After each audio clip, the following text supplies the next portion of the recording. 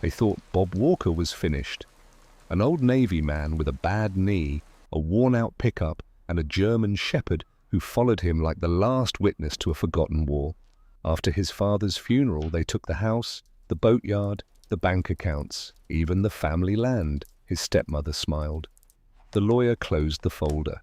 Everyone believed the old man had been erased, so Bob drove away in the rain with nothing but a Navy toolbox and Duke beside him. But buried inside that box was a coin, a map, and one final message from his father. And when Duke led Bob to a piece of worthless land near Little Creek, the ground itself began to give up its secrets. Because what they stole was only the beginning. What Bob found could bury them all. Before we begin, share the city you're watching from. We'd love to hear from you. And if this kind of story speaks to you, don't forget to subscribe and be part of the journey. Now, let's get into it. Rain struck the Norfolk windows hard enough to blur the yard, as if the house were trying to hide what was about to happen. Robert Bob Walker stood near the fireplace in the front room of the house his father had built, his boots planted on oak flooring worn smooth by 40 years of family footsteps. He was 74, tall once, still broad across the shoulders, though age had bent him slightly at the neck and stiffened his right knee. His face had hard planes, a square jaw covered in short white stubble, sun-browned skin, and pale blue eyes that did not move often. His hands hung loose at his sides, large and scarred, with thick knuckles and the slow stillness of a man who had learned not to waste motion. He wore a faded navy jacket over a grey work shirt, dark jeans and old brown boots polished by habit rather than pride. Nothing on him announced what he had been. The body did that quietly. Across from him, the attorney opened a black leather folder. He was thin, smooth-faced, and neat in a charcoal suit with silver-rimmed glasses and a voice trained to remove warmth from words. Behind him stood Evelyn Walker. Evelyn Walker was 57, tall and narrow in a tailored black coat that looked untouched by the rain. Her light brown hair was pinned close to her head, every strand controlled. Her skin was pale and carefully powdered, and her eyes were grey, flat, and dry. She wore black gloves indoors, as if the house had become something she did not want on her hands. She did not look at Bob for long. When she did, her gaze moved over him like furniture already tagged for removal.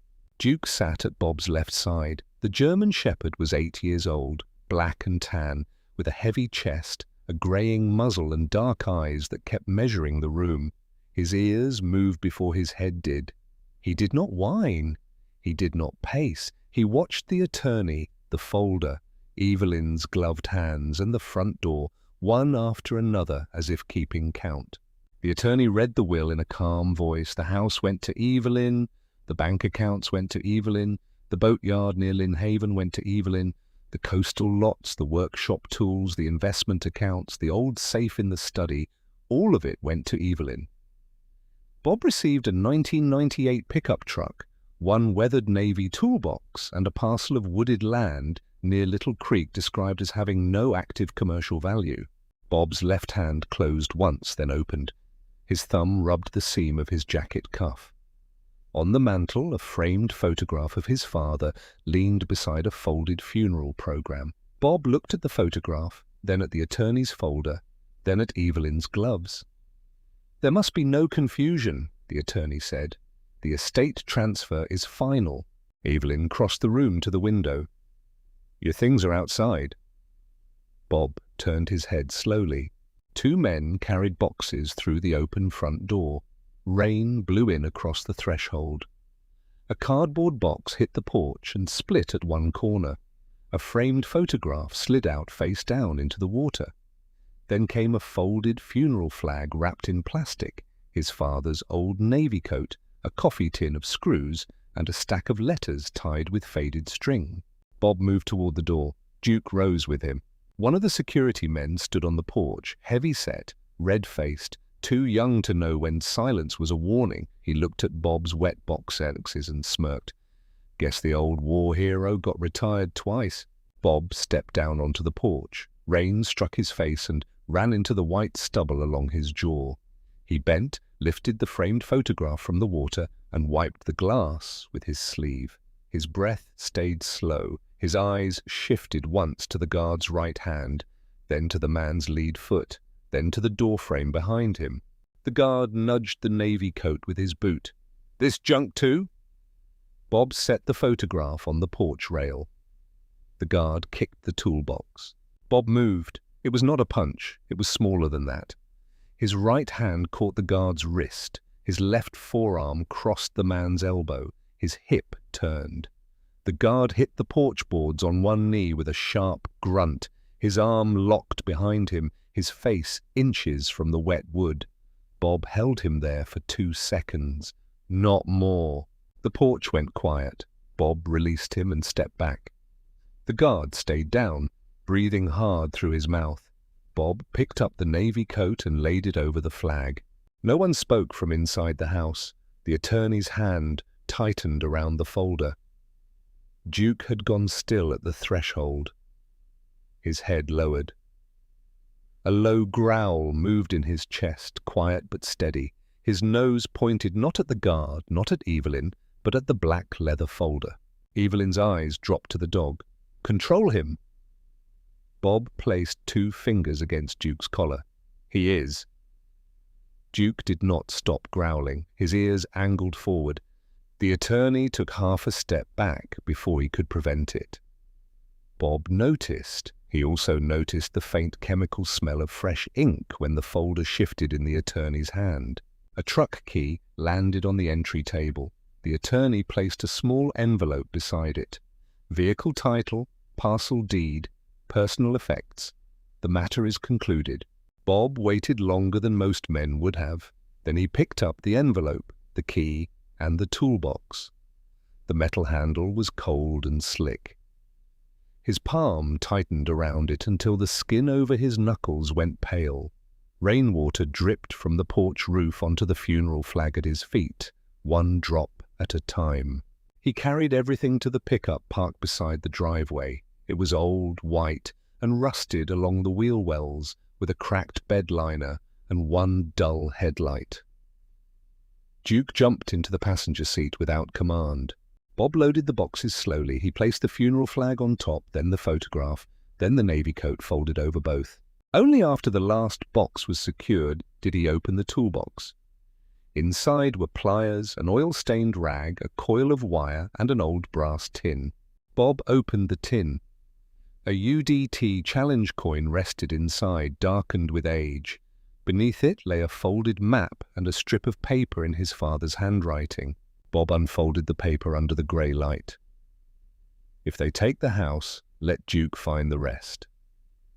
Duke lifted his head from the passenger seat and stared through the rain toward the road leading east. Bob folded the map twice, then unfolded it again when the first turn near Little Creek did not match the road. Duke sat rigid in the passenger seat, nose angled toward the cracked window. The UDT coin lay in the cup holder beside the truck key. It clicked once each time the pickup hit a rut. Bob kept his right hand on the wheel and his left hand near the map, 2 fingers holding the paper flat against his thigh. He did not look back toward Norfolk. He watched mile markers, drainage ditches, old fence posts, and the narrow roads that peeled away from the main route without signs. His jaw worked once when the map showed a line that no longer existed on the ground. The parcel sat beyond a broken service road outside the city, where asphalt ended and wet sand took over. Bob stopped the truck at a rusted chain gate. No sign marked the land, no mailbox, no address plate, no warning board, only pine trunks, low brush, standing water in tire tracks, and a strip of old survey tape hanging from a branch like something forgotten by men who had not intended to return. Duke pushed his shoulder against the door before Bob opened it. Bob stepped out, shut the door quietly, and looked over the ground. The air carried damp pine, mud, and the faint sour smell of rotting boards. He placed the map on the hood, weighted it with the coin, and compared the creek line with the tree line ahead. His fingertips left wet marks on the paper. He wiped them once on his jacket and stopped. The corner of the map had his father's old pencil mark on it. A small X, no label. Duke moved, not fast, not wandering. He lowered his head and walked past the broken gate, along the edge of the service road, then left through scrub grass toward a collapsed shed. Bob followed with the toolbox in his right hand, his bad knee caught twice in the soft ground. He did not slow. The shed had once been framed from cheap lumber and corrugated tin. Now half the roof sagged inward. Rusted nails stuck out from split boards. A concrete pad showed under moss and black leaves. Duke ignored the shed. He crossed the pad and stopped at its far corner. Bob stopped behind him. The dog sniffed once, then again. His paws scraped the moss. Short strokes, controlled. He did not dig at random. He cleared one narrow patch, then looked back at Bob.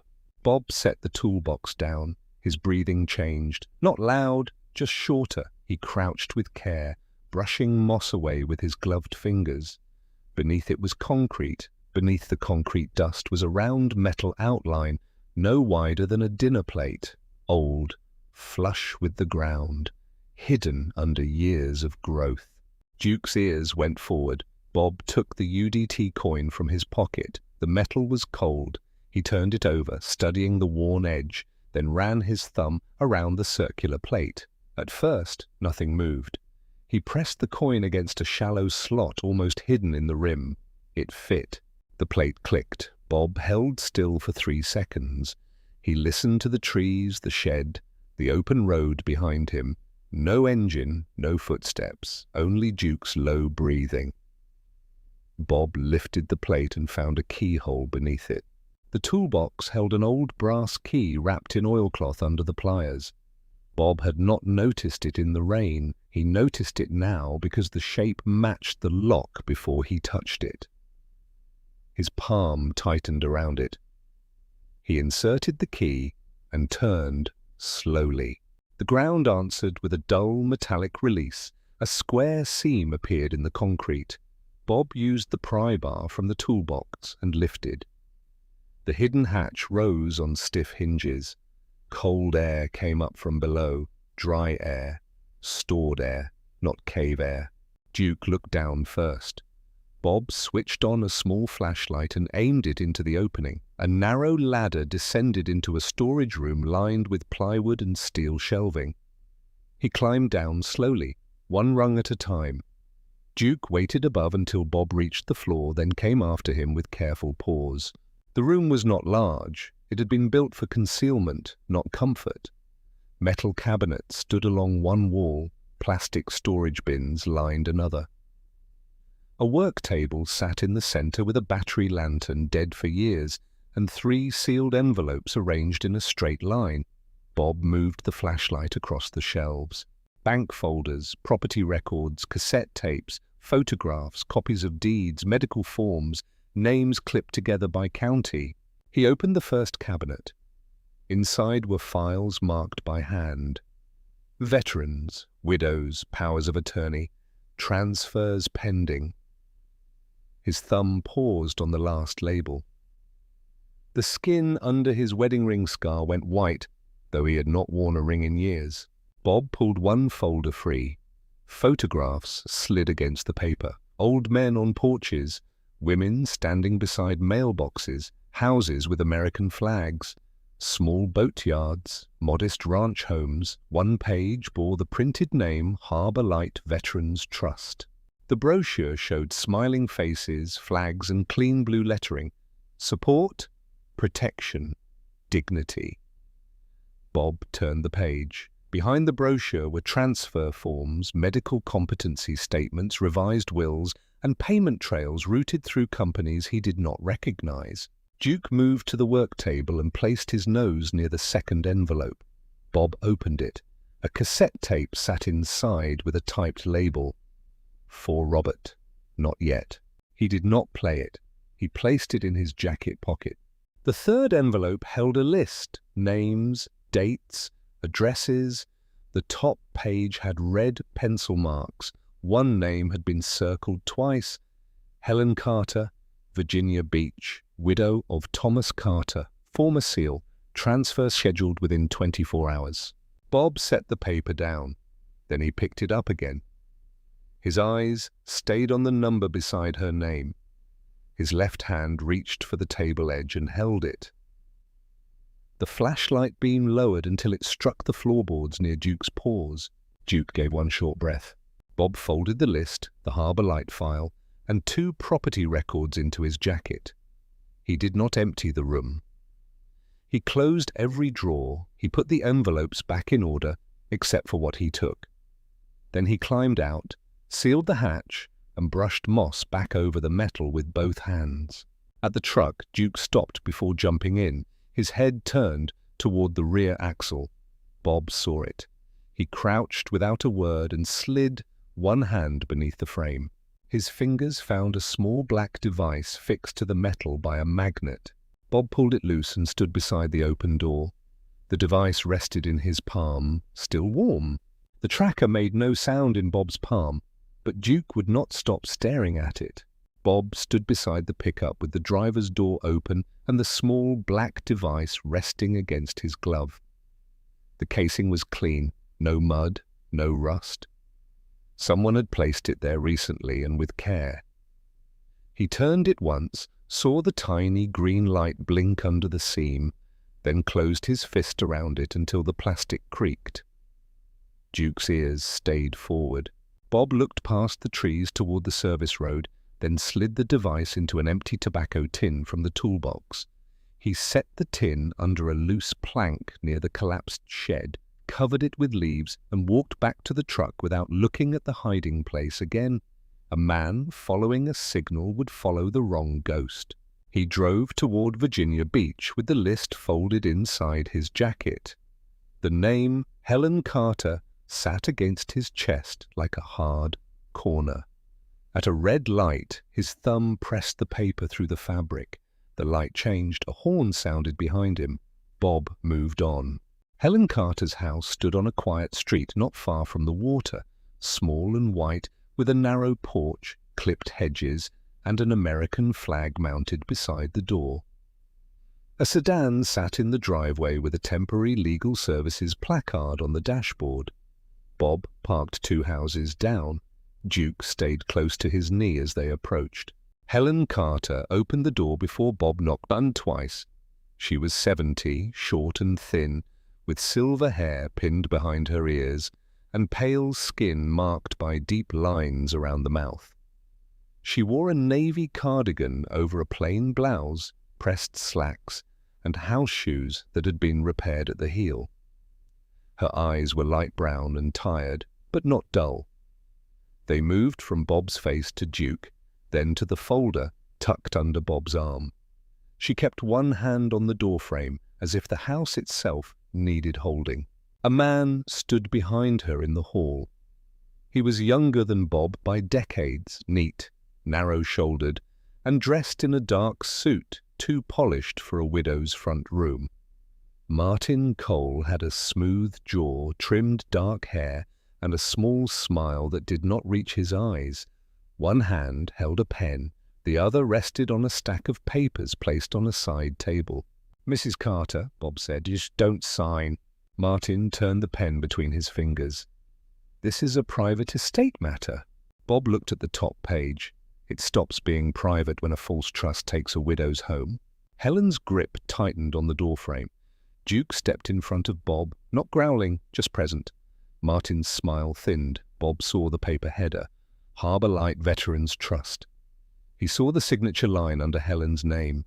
He saw the notary's seal already stamped on a page she had not signed. Bob took the list from his jacket and laid it on the side table. Helen's name was circled twice in red pencil. Beneath it was the transfer time. Helen looked down. She picked up the pen, set it down, picked it up again, then let it roll off the table. It struck the floor and stopped near Duke's paw. Martin reached for the papers. Bob's hand came down on top of them first. No grip, no shove, just wait. "You should leave," Bob said. Martin looked at Duke, then at Bob's hand. "You don't understand what you've stepped into." Bob lifted the papers and placed them under his arm. "I'm beginning to." Martin left without raising his voice. The sedan backed out 3 minutes later. Bob watched it turn at the end of the street before he moved. Inside Helen's kitchen, the clock ticked too loudly. Bob called Frank Miller first. Frank answered on the 4th ring. His voice sounded rough with sleep and cigarettes. He was 78, a former Little Creek man with a bad hip, a dry mouth, and a habit of laughing once before bad news. "I need a name held," Bob said. "Helen Carter." Frank did not ask why. "Tom's widow?" "Yes." "I'll make calls." Bob called Laura Bennett next. Laura arrived in less than 40 minutes, driving a grey state vehicle with no markings. She was 42, medium height, lean, with dark blonde hair tied low at the back of her neck, and fair skin roughened by long hours, more than weather. Her navy field jacket was plain, her shoes practical, and her eyes were sharp blue, quick over documents and slower over faces. She entered with a tablet under one arm and a hard, black case in her right hand. She did not waste steps. She reviewed the papers at Helen's kitchen table. She scanned Bob's copies. She photographed the notary seal. She called 2 offices, gave badge numbers, and waited without tapping her fingers. Then she sent the emergency hold request. Helen sat across from her with both hands around a mug she had not drunk from. Bob stood near the back door. His shoulders touched the frame. Duke lay under the table, head raised. Laura ended the call and placed her phone face down.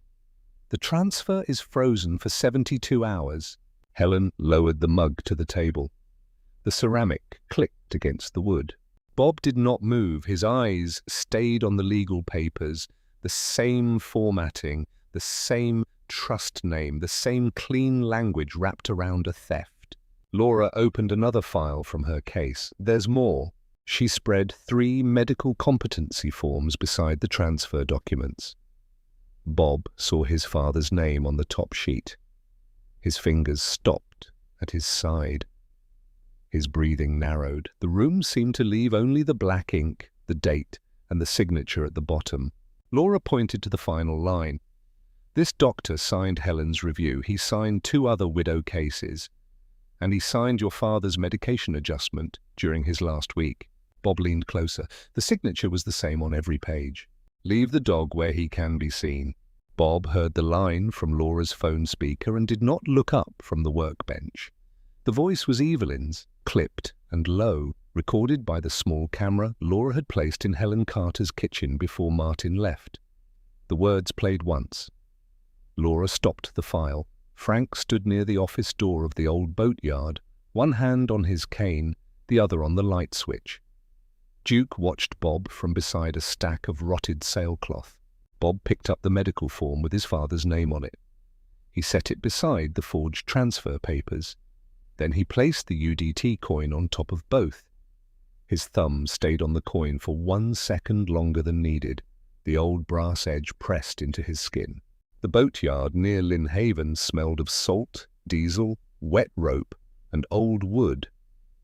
His father's name was still faint on the office glass, scratched by weather and neglect. Bob did not pause at it. He moved through the building with a roll of tape, 2 small cameras, a cheap steel cash box, and the black tracker sealed inside the tobacco tin. He put the tin in the cash box. He put the cash box inside a grey safe near the center of the office. The safe was not locked well. That was the point. Laura checked the camera angle. "He'll see it." "He'll want it," Frank said. Bob slid a fake ledger into the safe. The cover was worn. The first pages looked real enough. The rest were blank. He placed 1 page from Harbour Light on top, just enough bait to smell like meat. Duke rose suddenly. Bob turned. The back door moved once, then stopped, not opening, testing. Laura killed the office light. Frank stepped behind a hanging tarp. Bob took 2 slow steps toward the wall and stopped where the camera could not see his face but could see the safe. His breathing shortened. His right hand closed around the pry bar. Duke stood near the door, low and ready. The door burst inward. 2 men came through first. Masks, gloves. One carried bolt cutters, the other carried a short leash with a steel catch. Martin followed them, holding a flashlight and wearing the same clean suit under a dark raincoat. He looked at the safe before he looked at Bob. "Where is the original file?" Martin said. Bob did not answer. The man with the leash moved toward Duke. Duke backed 1 step, then another, following Bob's hand signal. The man lunged. Duke turned away, fast enough to miss the catch, but not enough to leave the room. He led the man toward the open storage bay. Bob's hand tightened on the pry bar. His knuckles whitened. The safe sat 10 feet away. Duke was 15 feet beyond it. The man raised the leash again. "Bob," Laura said from the dark. He did not move toward Duke. Not yet. Frank's cane struck the wall once from behind the tarp. Duke dropped flat. The man tripped over him and hit the floor hard. Duke was up again before the man rolled over. Frank stepped out and put the cane across the man's wrist, pinning it to the boards. The second man reached for the safe. Martin lifted his flashlight. "Open it!" Bob looked at Duke. Duke stood free now, teeth showing, leash on the floor. Bob set the pry bar down. Martin smiled. Bob crossed to the safe and opened it with slow hands. He stepped aside. Martin pushed past him, pulled out the fake ledger, and opened the first page under the flashlight. Laura's camera caught his face. It caught his hand. It caught the Harbor Light page. Martin turned to the second man. "Burn the rest." The side door opened. State police moved in without shouting. Laura stepped from the dark with her badge already raised. Frank kept the first man pinned until a trooper took him. Duke stayed beside Bob, shoulder against his leg. Martin did not run. He looked at the camera, then at Laura, then at Bob. "You don't have the real one," he said. Bob walked past him to the old bait freezer against the far wall. His father had kept striped bass there 40 years ago. Bob had avoided opening it since entering the building. He stopped in front of it now. His palm rested on the rusted handle. For a moment, he looked at the scratched initials near the hinge. SW. His jaw set. He pulled. The freezer was dry inside, not cold, not empty. A fireproof document case sat under a layer of canvas. Bob lifted it out and placed it on the workbench. Laura opened it with gloved hands. The original will lay on top. Beneath it were medication logs, earlier dosage sheets, copies of bank transfers, and a ledger with Harbor Light Veterans Trust stamped in blue across the first page. Evelyn's name appeared on 3 payment authorizations. Martin's appeared on 7. The doctor's signature appeared beside every altered medication page. Frank gave one short laugh. It had no humor in it. Martin stared at the documents. His mouth moved once without sound. Laura turned one final page. A folded courthouse receipt slipped free. It bore a Norfolk seal and a judge's initials in blue ink. Laura did not speak. She put the receipt into a clear evidence sleeve. A trooper pulled Martin's hands behind his back. The cuffs closed. Martin looked at Bob then. "You still don't understand. Harbor Light didn't survive 10 years because of me." Bob held his gaze. Martin leaned slightly forward as the trooper turned him toward the door. A Norfolk judge signed every clean order. The work light swung above the bench, and the raised court seal in Laura's evidence sleeve caught the light. It was not supposed to end with Bob Walker waiting outside a Norfolk courtroom, but every paper in Laura Bennett's case file had brought them there. Bob stood beside the wall with Duke at his knee and the fireproof case on the bench between his boots. Frank Miller sat nearby, both hands on his cane. Helen Carter held a folded tissue in one hand and the temporary hold order in the other. Laura stood at the clerk's counter with the courthouse receipt sealed in plastic. The Norfolk seal showed through the sleeve. The judge's initials in blue ink sat at the bottom like a small cut. Bob looked at the initials longer than he needed to. His thumb moved over the UDT coin in his pocket. The edge pressed into the skin. His breathing stayed even, but his shoulders did not drop. Laura returned with 2 federal investigators and a state financial crimes officer. No one spoke loudly, no one needed to. The case moved from one table to another, then into a closed conference room, then back before a different judge by emergency assignment. Laura laid out the original will, the medication logs, the Harbour Light ledger, the payment authorizations, the camera footage, and the recording of Evelyn's order about Duke. The first order came before noon. Assets belonging to Harbour Light, Veterans Trust, were frozen.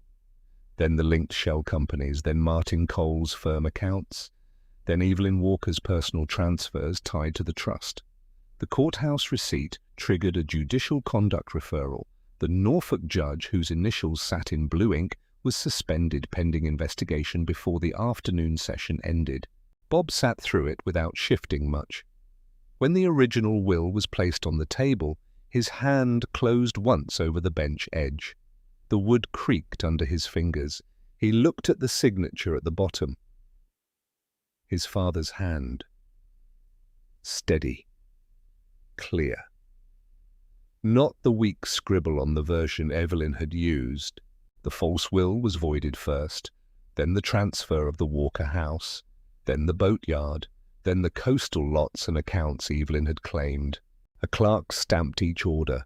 The sound carried across the room. One page, then another, then another. Martin appeared in custody after lunch. He did not look at Bob. His suit was wrinkled now, his collar open, his wrists cuffed in front. The charges were read in a flat voice. Fraud, money laundering, forgery, conspiracy, obstruction, and attempted destruction of evidence. When the prosecutor mentioned the hidden cameras at the boatyard, Martin stared at the table. Evelyn came next. She wore black again, but it did not fit the room the same way. Her gloves were gone. Her hands looked bare and older on the table. The recording played once. Her voice filled the courtroom. "Leave the dog where he can be seen." Duke lifted his head. Bob placed 2 fingers against the dog's collar. Evelyn was charged with fraud, conspiracy, unlawful property transfer, witness intimidation, and manipulation of medical care. The payment authorizations tied her to the doctor. The medication logs tied the doctor to Bob's father.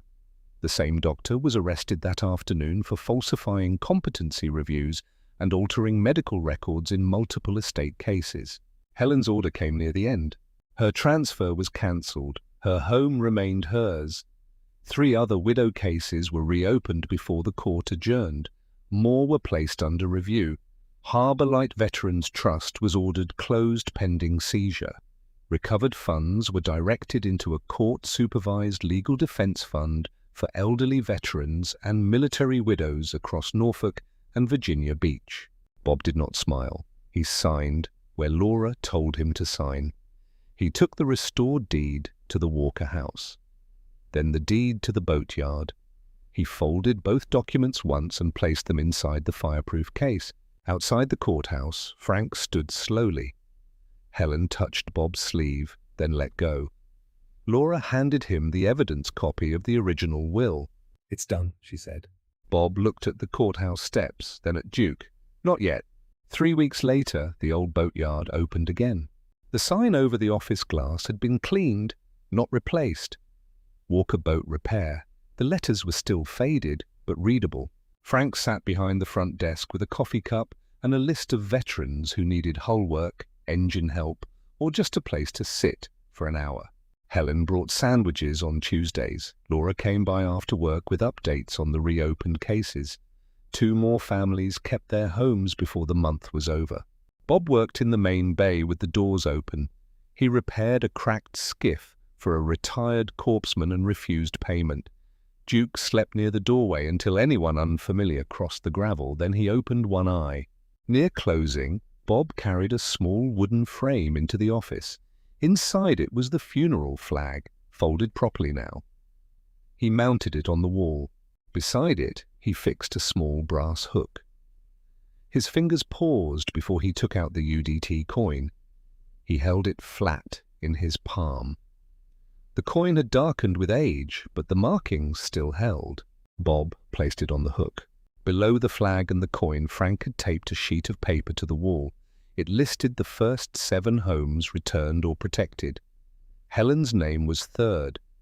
Bob looked at the list, then at the open bay door where Duke stood watching the gravel road. Bob turned off the office light and left the coin hanging beside the flag. Sometimes, what looks like the end of a man's road is only the place where God has hidden a new beginning. Bob Walker thought he had lost everything: his home, his father's legacy, the family name, and the last pieces of a life he had spent years trying to protect. But what others meant for harm, God turned into a path. A forgotten toolbox became a map. An old coin became a key. A loyal dog became the guide, and a broken man discovered that he had not been abandoned at all. That is how miracles often come, not with thunder, not with bright lights in the sky. Sometimes they come quietly, through one faithful friend, one old memory, one closed door that leads to the truth. Sometimes God does not stop the storm right away because he is using it to wash away what was false. Sometimes he lets people lose what they were clinging to so they can find what was truly theirs. And maybe that speaks to everyday life too. Many people watching this may know what it feels like to be betrayed, forgotten, pushed aside, or treated like their years of sacrifice no longer matter. But your story is not over just because someone else tried to write the ending. Keep walking, keep praying, keep doing what is right. Even when nobody sees it, God sees. And when the time is right, truth has a way of rising from the ground. If this story touched your heart, please share it with someone who may need a little hope today. Leave a comment below and tell us what part of Bob and Duke's journey meant the most to you. And if you believe in stories about courage, faith, loyalty, and justice, subscribe to the channel so you won't miss the next one.